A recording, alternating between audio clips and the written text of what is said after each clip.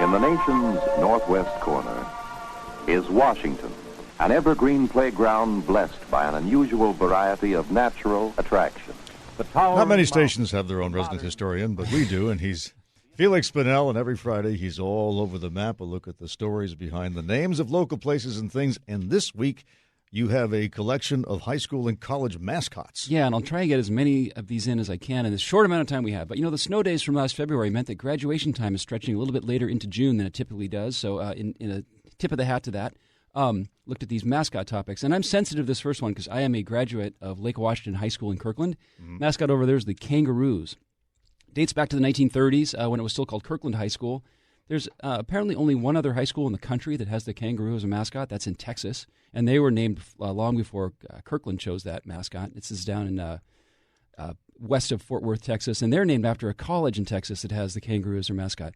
Unclear where the whole inspiration for choosing a marsupial from a whole other continent becomes a mascot. And no one's ever really thought of a kangaroo as being tough or something that could carry a ball across a line. I know Kangaroos they are. are mean. Yeah, but we weren't mean at Lake Washington. I reached out to a couple of one of my old classmates, Bill Wixie over at Channel 13, asked him what it felt like being a kangaroo, and he said, as far as being a Lake Washington kangaroo, I've always considered it a badge of honor. Jeff Burnside, longtime journalist from Seattle and Spokane, class of 75, he said, I was embarrassed our mascot was the Kangaroos. I considered mounting a campaign to change it, but over time I came to embrace all the mascot represents. And what do they call those first-year students at Lake Washington? Anybody have a guess? I have no idea. Joeys. So, anyway. That makes sense. Then you go down to the Rainier Valley, Franklin High School, the Quakers. That name was actually suggested by Royal Brome, who, when he was the editor of the school paper, he went on to be one of Seattle's most famous sports writers, has a street named after him. The image of the mascot looks to me like the guy in the Quaker Oats box, but I think it's supposed to be Ben Franklin.